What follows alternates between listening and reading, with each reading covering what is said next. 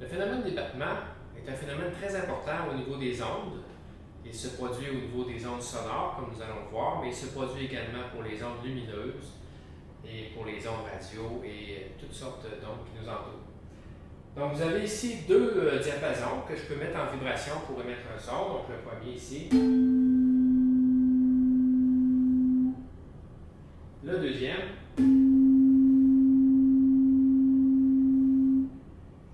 Alors, vous avez probablement remarqué que les deux sons ne sont pas de la même fréquence, ils ne correspondent pas à la même note. Qu'arrive-t-il maintenant si je fais jouer les deux diapasons en même temps? Nous percevons des battements au niveau de l'intensité.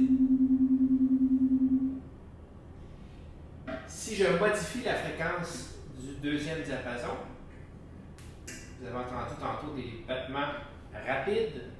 Dans ce cas-ci, je me rapproche en fréquence.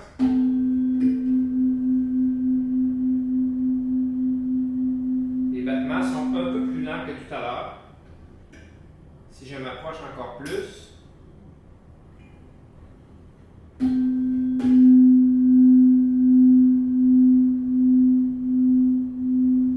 donc les battements ont ralenti, ce qui démontre, comme la théorie nous dira, que la fréquence du deuxième diapason s'est rapprochée de la fréquence du premier.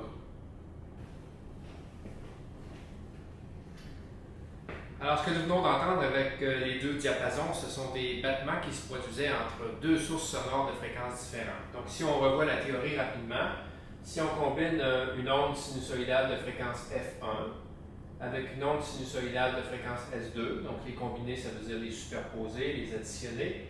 Lorsqu'on fait le calcul de cette somme-là, nous obtenons cette courbe-là, qui paraît un peu bizarre, qui possède une forme sinusoïdale, mais dont l'amplitude semble modulée à une fréquence plus faible.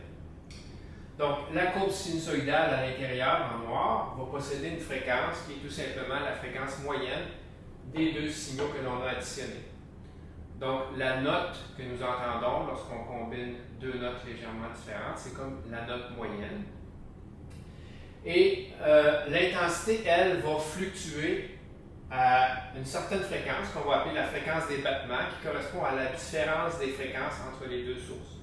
Donc, si les deux sources ont la même fréquence, la fréquence des battements devient nulle. C'est comme si la période devient finie. La modulation ici se produirait sur un temps infini, donc on ne percevrait pas de battement.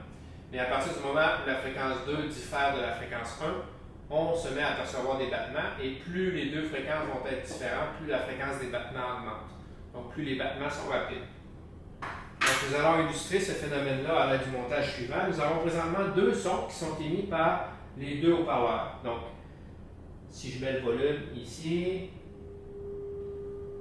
vous entendez le son par le haut-parleur de gauche qui correspond à la source de gauche. Et si je monte le volume du côté droit, vous entendez le son du haut-parleur de droite qui correspond à la source qui est à droite.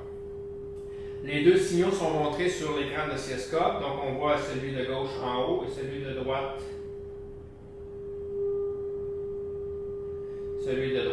en bleu. Donc les deux courbes possèdent approximativement la même fréquence. On n'entend pas de battement, comme on l'a dit tout à l'heure. Et si je vous montre la somme de ces deux courbes-là, ben voyez-vous, ça donne la courbe en rouge. Bon, son amplitude varie légèrement. Donc, je pourrais ajouter la fréquence de la deuxième source de manière à ce que les deux fréquences coïncident exactement. Et là, l'onde résultante possède une amplitude qui est constante.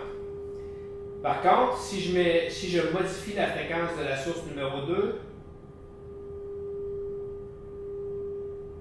alors là, vous pouvez observer la courbe en rouge qui se met à fluctuer dans le temps. L'amplitude de cette courbe-là fluctue dans le temps.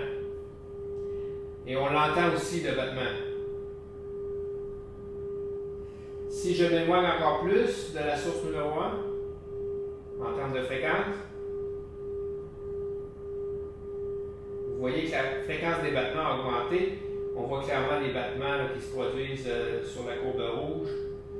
Et si j'augmente encore plus, je modifie encore plus la fréquence de la deuxième source, les battements ont augmenté beaucoup et se produisent à un rythme très élevé. Et là, si je change l'échelle de temps sur l'oscilloscope, nous allons même pouvoir percevoir la forme de ces battements-là, puisque l'intensité, l'amplitude de l'onde est modulée périodiquement. Donc, si je reviens à mon échelle plus rapprochée, on voit l'amplitude qui change dans le temps, mais si j'enregistre le signal sur une plus longue période de temps et que je le montre en changeant l'échelle, là, on voit vraiment l'enveloppe des battements. Et si j'augmente la rapidité des battements, ça va être encore plus facile à visualiser en changeant l'échelle.